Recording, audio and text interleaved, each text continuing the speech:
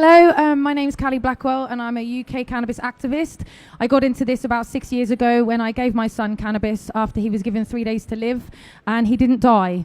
And so after that I've then helped other people in similar situations as myself and become a cannabis activist fighting for full decriminalisation and access for all to cannabis. Hi, I'm Dan Harrer. I started in the cannabis space not as an activist, but as the child of an activist when I was about 10. By the time I was 18, we were educating folks, tourists, and the local citizens alike down in Venice Beach.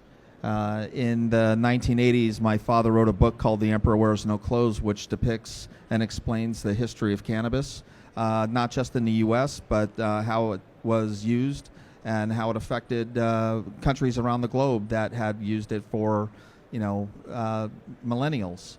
And through that, I've continued in the space of cannabis and hemp in the United States as an activist, as an educator, as a business owner.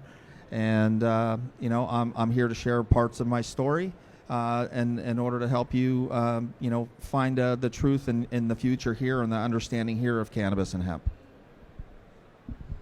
Hi guys, I'm Simpa. I run Durham City Cannabis Club. I work sort of in the media space with cannabis activism. I write for quite a few outlets. I'm a vlogger. The work that I mainly focus on is creating a social space and a community hub to utilize the sale of cannabis, be it industrial, recreational, medicinal, or whatever divide you want to put on it, to refund the redevelopment and rebuilding of our communities that have been decimated through austerity and prohibitive policies. Hi, I'm Phil Monk, and I've got an endocannabinoid system, so therefore I should have cannabis. And the prohibition of cannabis and nearly being killed by pharmaceutical drugs many times has made me what people call a cannabis activist. So I am now what people call a human rights cannabis activist, trying to make a legal challenge against that. So that's amazing. Do we have any questions from the audience? Let's go to kick this discussion off. Anybody?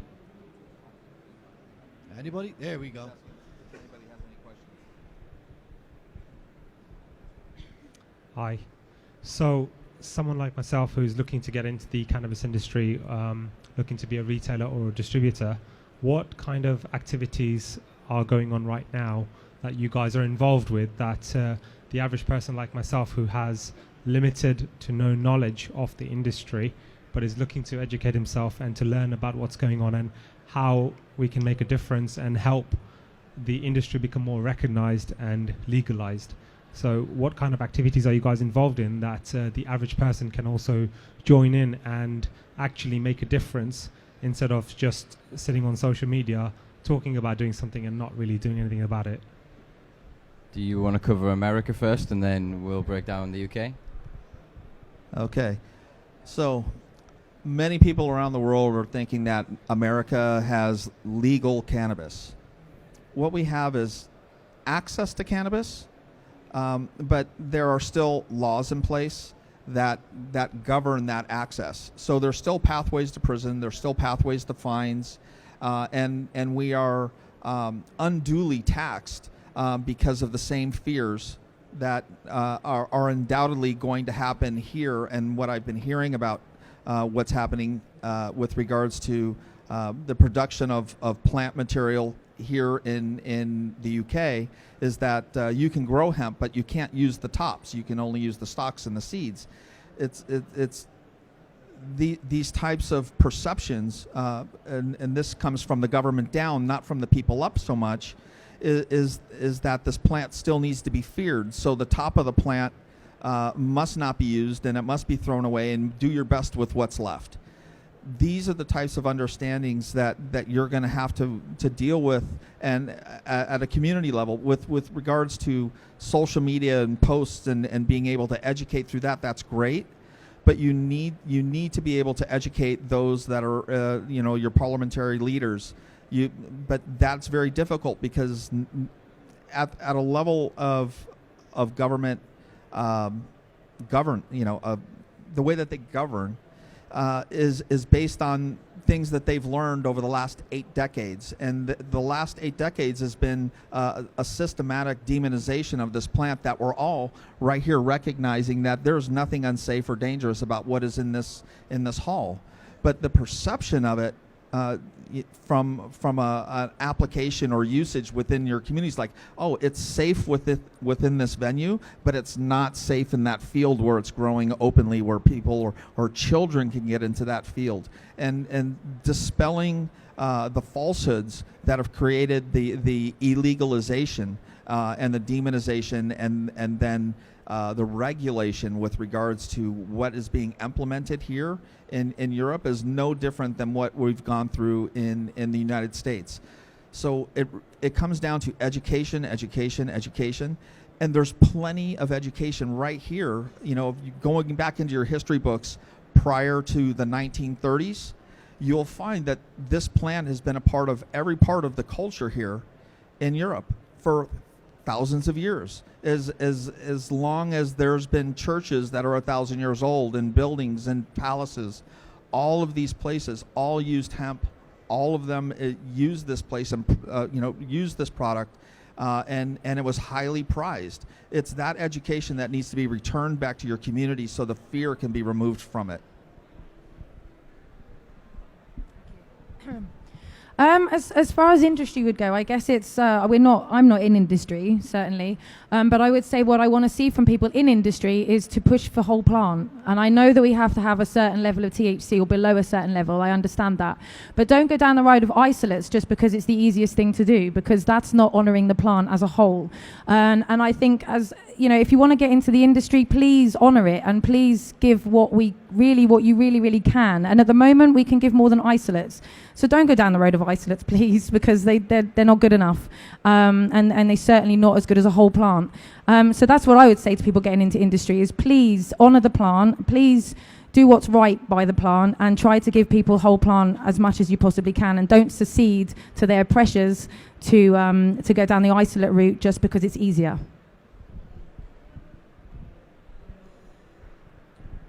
Again, I suppose we thought we were activists. We're in the industry, but we're not. We're not in the industry to profit. So it's more a case of my opinion or my experience directly. I have been lucky enough to travel to 5 legal states in America. I've experienced sort of the Moroccan system, which is actually just you're the right kind of, you're a tourist, so you get it. There are places around the world where you treat differently for different reasons. What I want to see in this industry is ubiquity, access for everybody. I'm bored of branding that is overly specified to one niche demographic. We're seeing that this further divides and erodes the argument. We see it with recreational versus medical. We're seeing it with hemp versus cannabis. We're seeing it with CBD versus THC. This is all cannabis sativa L. It's all this wonderful plant, this genus that our ancestors nurtured from one small corner of the planet to be ubiquitous everywhere. Its usage means that we can negate the petroleum paradigm. We can save our planet. We can change the world, but only if we honor the plant, only if we're humble enough to actually do what it almost wants us to do, which is save our damn selves, which saves the rest of life on this earth with it. So what I want to see is the end of plastic packaging. Use hemp. We have more than enough. Use mushroom-based packaging. We have such technologies at our disposal that, frankly, unfortunately, are not at display today because they're not profitable.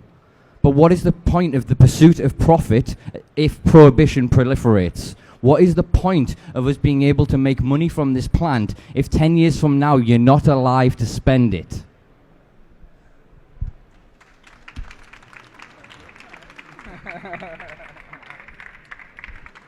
What he said. I agree. What people need to do, I can't speak from the business point of view because I'm not in a business, certainly not paid. So I can't give you any business advice. Other people here would have to give you business advice about sales and marketing.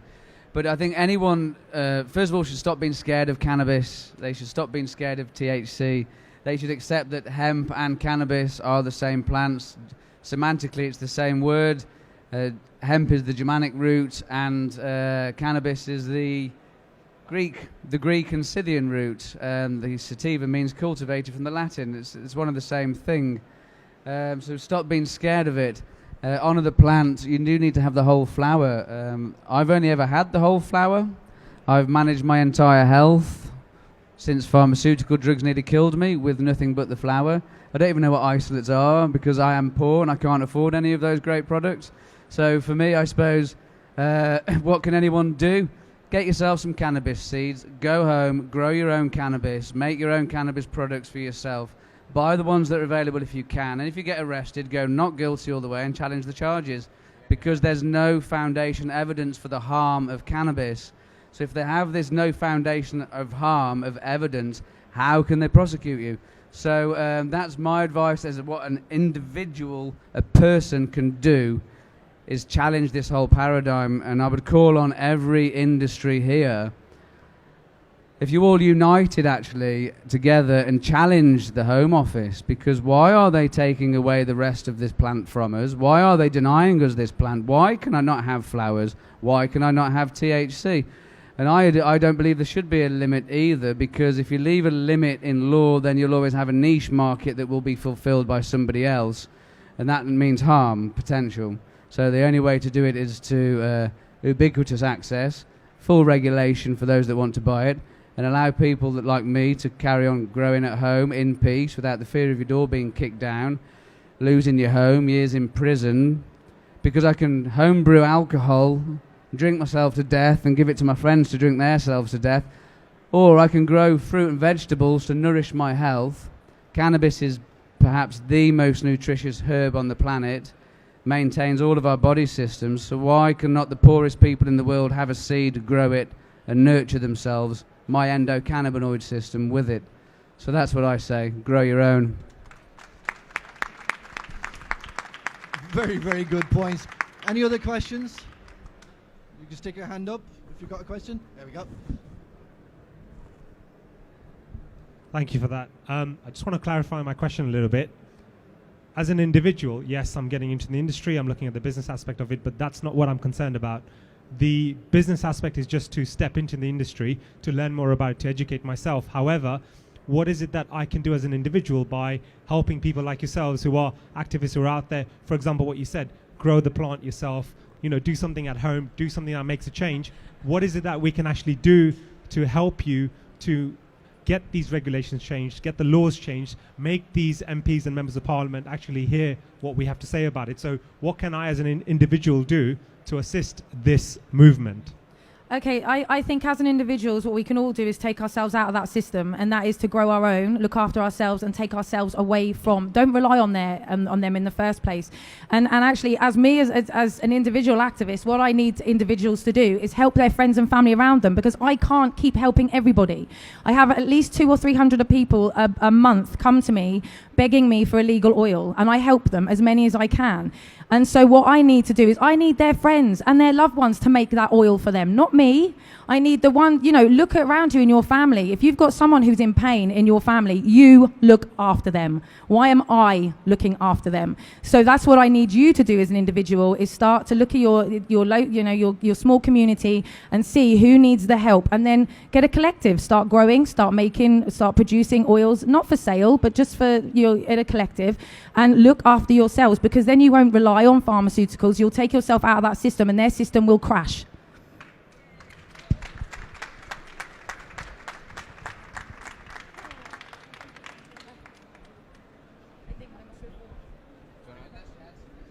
Well, the other thing is that we need to also stop focusing on just single molecule, consumption.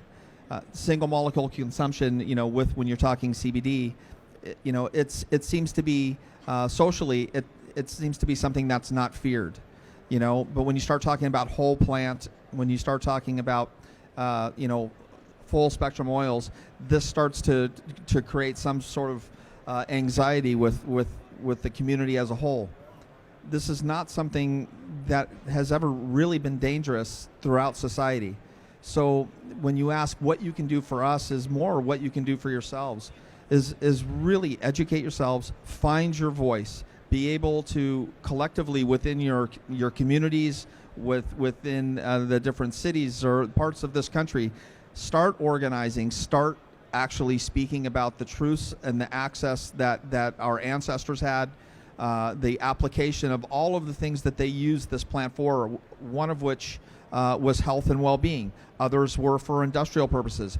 All of these things help us with regards to being an activist. It all helps to really dispel the fears and falsehoods that have created the situation and the understanding that we all know about or share or push back against today, because there's so much information that is based in truth that is available, but we're not seeking it out. We're not educating ourselves to the point where when you stand up within your communities that your voice has power, it has meaning, there's substance there. And so the things that you can do is literally find your voice.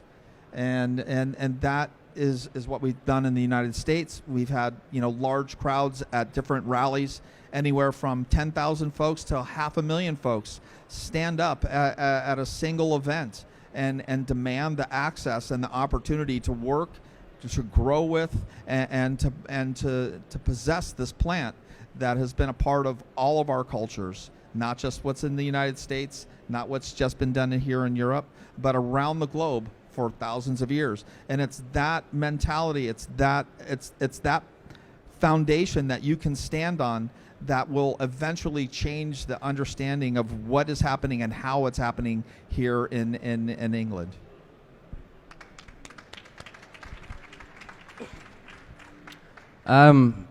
For me personally, I suppose, support Durham's upcoming event. Help your local communities. You'd be surprised how much clubs thrive. I know of organizations in the UK that have been going decades, selling cannabis that is well grown, that is paying for kids to go to college, that is putting meals on tables, that is funding all of this. We like to call it the black market. It is not. It is the real market. What these people are trying to create and gentrify and take from us is our heritage and our culture, not just our ancient history, but our recent history. Throughout the time of Prohibition, we have defended this plant. We have fortified our culture. We're trying to envision what this post-Prohibition paradigm looks like. And ultimately, what I would say is support organizations like We the Undersigned, support the UKCSC, support anybody that is trying to do something in the right path, but don't be placated by it. Don't just give some money to somebody and go, I'm done. Ooh, I signed a petition, I'm done. Please don't. Be brave enough that when you walk down the street and you hear somebody going, ooh, that's skunk weed, stop. Give them 2 minutes of your day. Give them half an hour. Give them an hour if you can. Please speak to your friends, your colleagues, your family, all of the people around you that are they're so filled with ignorance and hatred and propaganda from the mainstream media and from 80 to 100 years of, frankly, bullshit. These are lies, frank, flat-out lies. They profit from the sale of cannabis in this country. We're the most prolific grower of medical cannabis in this country. So don't let them lie to you. Be brave enough to speak your truth. If you consume cannabis, be proud. Take a step from our gay and bi and transgender brothers and sisters. You know what I mean? Be proud to step out and admit who you are. Don't be ashamed of what you do. They are wrong, not you. So ultimately, if you help yourselves, which is what we've been saying in that sense, you don't need to help us, because many hands make light work and there will be no more war to fight.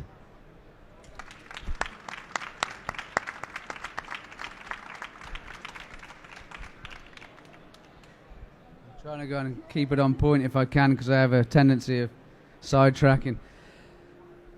What can you do? Unity, so strength in numbers, and I would again refer to the people that fought for their right for their sexual preferences, or for coloured rights, or for female rights. Is only through strength of numbers. So first of all, I believe in unity. So step out to your local clubs, whoever it is, get out. If you haven't got a local club, make a local club. Right, there are loads of information and loads of models on how to make a club. So make your club and create unity.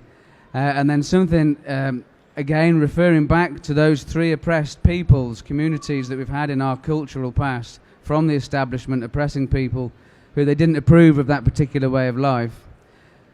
They made it not about an act, they made it about culture. And that's what cannabis is. It's not about a plant, it's about the culture of the canna community. It's about our beliefs, our practices, what we do as individuals together in our social spaces. It's the fact that we are denied the right to a social life because you have no right to freedom of association if you use cannabis. alcohol, you can socialize, not if you use cannabis. So by becoming together in people, making it about culture, having social spaces, you're challenging this paradigm of prohibition, as you call it. And then, what was my third one? Sugar. I just saw someone in the crowd, I lost my train. Honesty. Honesty, yeah? Honesty and integrity. Be honest. I don't say proud, because pride cometh before the fall, and I don't believe pride's one of the 7 deadly sins. So I don't encourage pridefulness, as many people who know me will have heard me bang on about for ages. Honour. Have honour and honesty. So when you see someone and you hide your cannabis use or your beliefs about cannabis, you're being dishonest. You're being dishonest to yourself. You're being dishonest to the person that you are having any kind of relationship with whatsoever. And if you're honest, if your relationship is based on dishonesty, you have no relationship. You might as well chuck it in the bin because it's based on lies. And that is the same if it's hiding a sexuality or the fact that I use cannabis. So having hidden the fact I used cannabis from when I was 16, I was a teacher. I didn't hide. I hid it all through then. Only when my health depended on it, and I'd nearly died 4 times, that your laws no longer scare me, did I get rid of that fear. So you have to get rid of the fear, because it's the fear that binds the mind. So get rid of the shackles of fear. The laws are based on lies. Stop being scared of them. Unite as a people. Celebrate your culture. Be honest with anyone you meet, anyone and everyone. The purest form of activism to me, I mean, I risked my life. I could go to prison for sitting here and saying, I grow my own cannabis. That's 14 years in prison for you, sunshine. Okay. But when you're in the queue at the post office, on the bus, going to school, on the way to work, tell everyone about cannabis. And you see these people on a daily basis in the rhythms of your life. So when you're this honest with these people, they'll either come to you and you'll gain more strength, or they might judge you because they've been conditioned by the lies of the government, which I've got the paperwork to prove, by the way, which will be in our case when we finally assemble it. You get strength. When you haven't got the fear, you've got the unity, you've got the culture. And tell everyone. And they'll either support you, even if they don't use cannabis, because they believe in freedom and equality, or they'll turn against you. And if those people turn against you, the question is, do you want them in your life anyway? My answer, I've learned the hard way, is no. I lost most of my blood family turned against me because of cannabis and my activism. A lot of my friends and work colleagues, I was a teacher, turned against me. I now have some very good quality friends. We call them Canafam. Yeah? I'm hoping Dan might be that. We've got to have a smoke later and get down with it. You make more friends. You might lose people when you're honest. But with your honesty, you gain more people. And you gain honest people. And you're all of the same mind and belief. And then your community comes, and community gives strength. And they break us by dividing us. Divided, we are weak. So that's my answer. Unite to conquer. I think we have time for one more quick question. Lady over here. Hello everyone. Just one question. I am on your side, and I do understand growing your own cannabis and using it. Can you hear me? Yes. But I am a little bit concerned, because I know young people who do use cannabis, but I also hear about the side effects of anxiety, depression, paranoia. Can you explain that to me a little bit as well, please? Okay. It's down to prohibition. If people are having detrimental side effects from their cannabis use, it's down to prohibition, because they can't have access to cannabis that actually works for them, because there's over 5,000 different strains, and each strain works differently. And there's many different ailments. Like, for instance, myself, I can't have really high THC. It does my anxiety no good. So guess what? I don't have it. But I know some people, like my son in the front, who needs high THC. So guess what? He has it. Now, that's in an illegal market, because there is no market out there where I can go into a pharmacy and say, I need this, I need this, I need this. That's what we need. That comes with without prohibition, we have regulation. And with regulation comes harm reduction. It's the only way we're going to stop harm reduction is if we stop prohibition. Yeah, and there's not anything wrong with regulation. Regulation lets you know that your product that you're ingesting, smoking, using topically or sublingually in and on your body is safe to use. So regulation is great.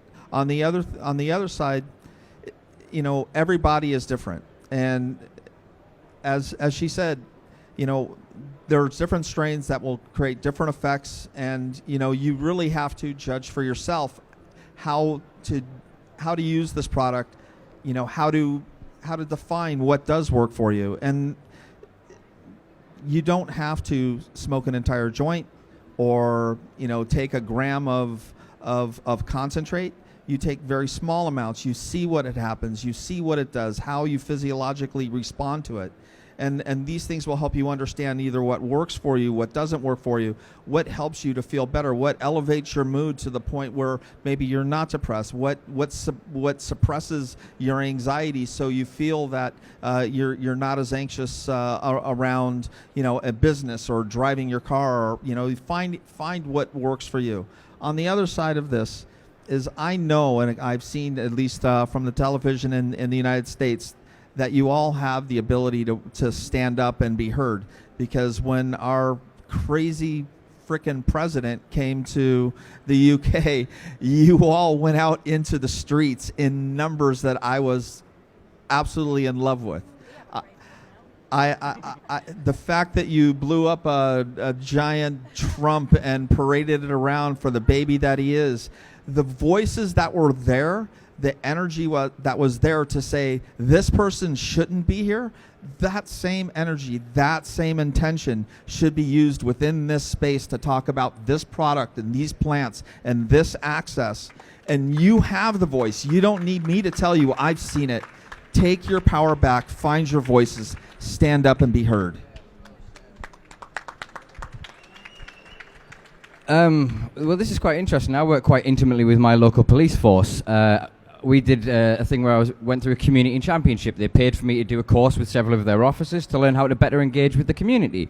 I taught them as much as I could about every drug, about my experience of taking most drugs and having quite a rough upbringing. This softened their edges to recognize that actually, yes, it is the harms of prohibition that are far more than the plant. At the end of one of the meetings with my local sergeant, who basically said, we want to refer people we're finding on the street to you so they can go to the clubs, they can get safe, organic, tested cannabis regulated under our model that's beneficial for the community. He then said, there's these two teenagers though, and they're stealing everything that isn't nailed down to buy skunk. And I went, mate, do you know it's skunk? Is it skunk number one? Is it sweet skunk? Is it super skunk? What kind of skunk? And he immediately got on the back foot. I explained to him about the different strains and about whatever else. He apologized for the derogatory term. Then he went on to go, okay then, why are they doing this? Because they're buying for £20 1.6 20 bags, when for £40 at home they can grow an ounce of organic, clean tested cannabis. A lot of the psychotic episodes and a lot of the issues that people are having with cannabis' side effects are consequences of its cultivation under prohibition. The substances that are added to it, pesticides, it then various molds that cause things like aspergillosis. The main side effect of that is psychosis. There's also the unbelievable mountain of data that shows that 77% of Europeans mix it with tobacco. Tobacco is a known psychosis-inducing substance. There's your issue. We've been looking at this the wrong direction. So if we want to protect the youth, we legalize, we regulate, and we proliferate. You use the same thing I do every time. It's education, education, education. That's the only way out of this. Goodness me, I'm exhausted, sorry. Sorry, I'm so exhausted you wouldn't believe it. Oh my goodness me. What's the question, boss? Youth consumption. Anxiety was what you mentioned, wasn't it, specifically? And the side effects of cannabis. Okay. So far, everything that everybody else mentioned, all of that above. The only way to ever be able to protect about it is to be able to know what it is, which currently nobody can. The reason I decided to start growing my own actually was so I could choose the right ratios of CBD and THC that I wanted. I could dry it and cure it for myself, go organic for myself. I knew I didn't have a grow slave growing it or anything like that. It was all morally safe and ethic. So on that basis, if we didn't have prohibition, took it all away, we had it like, think of alcohol, which is poison. You go in a shop and you know what ratio, what percentage, what strength. that alone will help. Like Callie has learnt the hard way, THC aggravates her anxiety. So she generally will have less THC. The amount of THC I use would put most people inactive for a period of time. The amount of cannabis I've used today to be in front of you, and that isn't CBD, it's full-on THC cannabis. Most of you'd sleep for a week perhaps, but I'm here and I'm functioning because that's what I need to get going. With regards to the mental health issue, I'm going to draw on Harvard University. I can't remember the year at the minute, 2000 and something. They looked at the schizophrenia psychosis, which is one that this country is most prominently worried about. And they found from their studies, to summarise quite quickly, that in order to prevent one episode of what they call a transient schizophrenic episode or short-term psychotic episode, you have to, they use the word prevent 4,000 people consuming, which translates to you need to destroy the lives of 3,999 people through criminalisation and prosecution and discrimination to protect one person from a transient schizophrenic episode that is likely triggered from an unbalanced levels of cannabinoids that is aggravative to their situation and their condition. In other words, regulation would solve the problem, education would solve the problem, and then also, as Callie learnt the hard way, experience is the final answer, because as we will often say to anyone that doesn't know anything about cannabis, low and slow. If you go to the doctors and they prescribe a drug for you, they also go low and slow. They don't chuck you on a maximum dose. I know for myself through side effect stuff, there's reasons for that. So it's the same with cannabis. And as Dan mentioned, you can have your joint, you can put it down. Edibles are a different game, respect them. And it's about experience, knowledge, and that's it really. But currently, all of this fear of mental health is exaggerated and blown out of proportion and used to create fear to maintain the prohibition paradigm that our medical cannabis is safe and your street recreational cannabis is dangerous, when the fact is cannabis is cannabis. I grow Jack Herer strain, which was your good dad's strain. Bedrocan is sold by the Dutch government for thousands of pounds. They call it a medical strain. They're both the same strain. So cannabis is cannabis. It's what you use it for. Thank you. Well, unfortunately, we've run out of time. I'd like to thank the panel. I think that was a wonderful discussion, and I'm sure they will be around if you want to continue on the discussion with them.